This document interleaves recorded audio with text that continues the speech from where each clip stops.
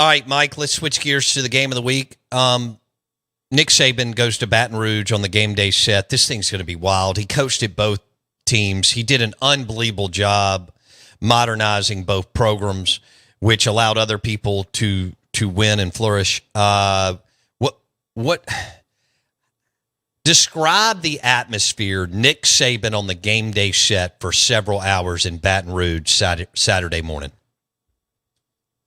There's always been a love-hate relationship with Nick, always with Coach Saban. And there's a third part of it, fear. When he was at Alabama, LSU fans saw what he did at LSU. They saw what was coming, but, so that was fear. And then you felt it every time he hit the field. He was unbelievable against LSU and other SEC teams too. But there's still a lot of people that understand what he did. LSU was a middle-of-the-road SEC team when Nick took over. He turned them into a powerhouse in 2 years. And Les Miles built from that. Coach Orgeron, exact same way. And, it's been quite a few years. But even Coach Kelly, the reputation of LSU, those three letters are there. And he helped put it up front. You can think what you want about him, and you might dislike him, and you might hate him, but he did it. You got to give him his props.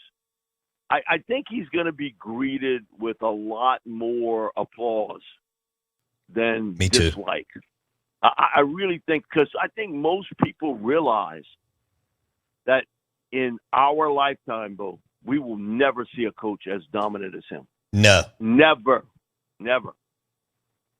And so I think he's going to get a lot of respect and I think a lot of applause because he was the architect of what you see today at LSU and what's happened throughout the years, winning a national. He won one. Coach Miles won one. Coach O won one. He was the architect of all that. No doubt. All right, the line's -3 Bama. Do you give Bama a slight edge, or are you going with the hometown Tigers under the lights in Death Valley, Mike D? I think it's razor close. I think both teams have major flaws. Alabama's secondary is not very good. If you force Jalen Milroe to throw from the pocket, he's had issues this year. Where he's dangerous is when he's moving around. And last year, if we were playing two-hand touch, he'd have scored as many touchdowns as he did playing tackle. He wasn't close to him. So defensively is going to be a big thing to try to keep him bottled up and make him throw from the pocket. For LSU, they got to find a running game. You can't rely on Nussmeier throwing 50 passes a game. You got to be able to find a running game, which they have not been able to do for the most part this season. But there's something about playing at night, Tiger Stadium. And here's a loop, and I don't think it'll be a hurricane at the time, but there is a tropical depression that will turn into a hurricane entering the Gulf Friday and Saturday. Now, it's supposed to weaken, with the cooler waters and everything, but, man, you talk about a backdrop with that also. Looming because we've been hit by so many storms down here over the last few years. I tell this story all the time. In my mid-60s, I was a kid in the mid-60s when Hurricane Betsy passed over our area, and so the eye of the storm passed right over where I live. Boy, I never saw it before. I never saw it in my entire lifetime. Other than over the last 4 years, I've seen the eye of a storm 3 times.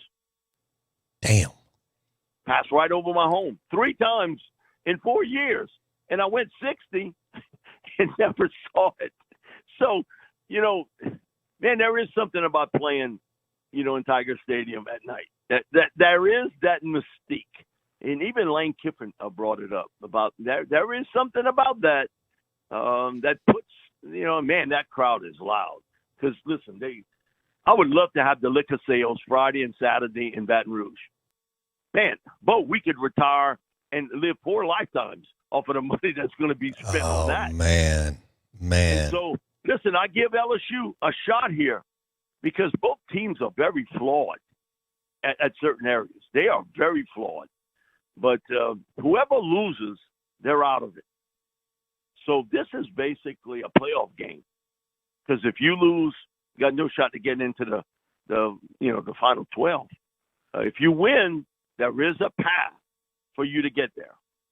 Because LSU's only got one SEC loss to A&M. Only one. That's right. And, man, we've seen the crazy world of college football. And the Notre Dame's not a bad loss because Notre Dame's winning. So, yeah, they lost to USC, though, the opener against SC. Oh, that's right. That was A&M. My bad. Yeah, yes. So they lost to SC. And that is a bad loss. Man, that really looks to be bad now. But, there is a path. And, we still got 4 weeks left. Oh. And what will happen where the SEC, you can see, is cannibalizing one another. One good team is eating the other team, and then you have Vanderbilt as a wild card this year who has been able to pull off some unbelievable upsets. No doubt. And nobody would have thought at this stage that A&M would only have one SEC loss. Now, they do play Texas at the end. And the one team I think a lot of people wrote off was Georgia. Better not. No. Better not. That team is getting healthier, and while they don't look great on offense, Carson Beck's been a disappointment. But, man, if that gets together, you don't want to play them. No.